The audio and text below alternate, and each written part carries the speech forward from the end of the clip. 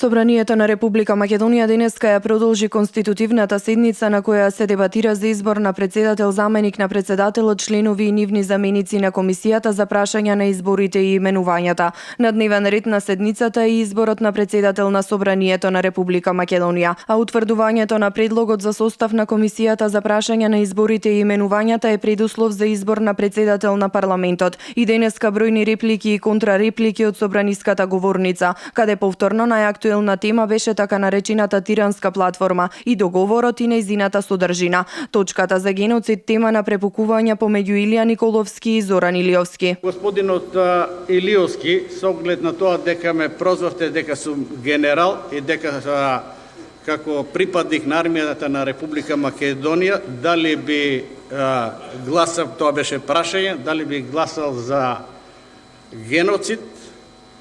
Мислам дека зборот геноцид се злоупотребува.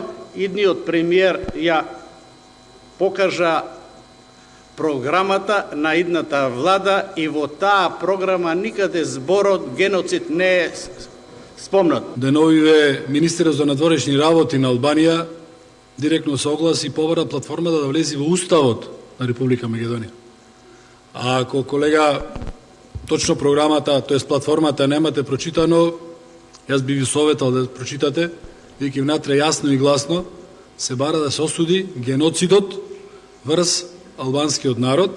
Сте човек кој што потекнува од армијата на Република Македонија, наследник на борците од народно-ослободителната борба и ми се чини дека треба повеќе да се заинтересирате и повеќе подлабоко да прочитате што пишува во таа платформа, што се бара и на крајот на краиштата не е важно што пишува, што се бара, многу е важно вие како коалиција за што се залагате. Правата на помалите етнички заедници во изминатите години, но и фактот дека не се споменати во платформата на албанските партии. Денеска исто така беше тема на расправа во законодавниот дом. Ја злоупотребам ова процедурална забелешка.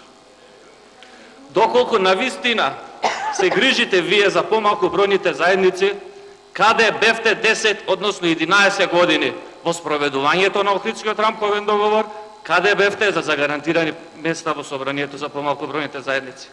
Вие, господа, од ВМРО да поминем, една недела, односно 6 ден, устата ви е полна со помалку бројни заедници. Не злоупотребувајте ги помалку бројните заедници, бидејќи навистина помалку бројните заедници во Македонија се лојални граѓани. Излагате и викате дека на првиот збор вика че злоупотребите процедуралната забелешка и после мене ме напаѓате зошто се одоговлекуваат седница. И сега, ајде гледате се сами, слушајте се и ве молам, не ме обвинувате за нешто кога вие самите викате дека злоупотребувате процедуралната забелешка. За мене сосема нејасно како кога сите помали етнички заедници во Република Македонија реагираат на тоа што во платформата не се спомнати, нити турската, нити бошљачката, нити српската, нити влашката, нити ромската. Сите реагираат, и нивни здруженија, и нивни политички партии и така натака. Како може представник на таква помала етничка заедница да се чувствува комотен и да дава поддршка на една влада чија што и влада и парламентарно мнозинство чија што базичен договор е прифаќање на таа платформа во која што за се зборува освен за помалите етнички заедници. Тоа е гола политика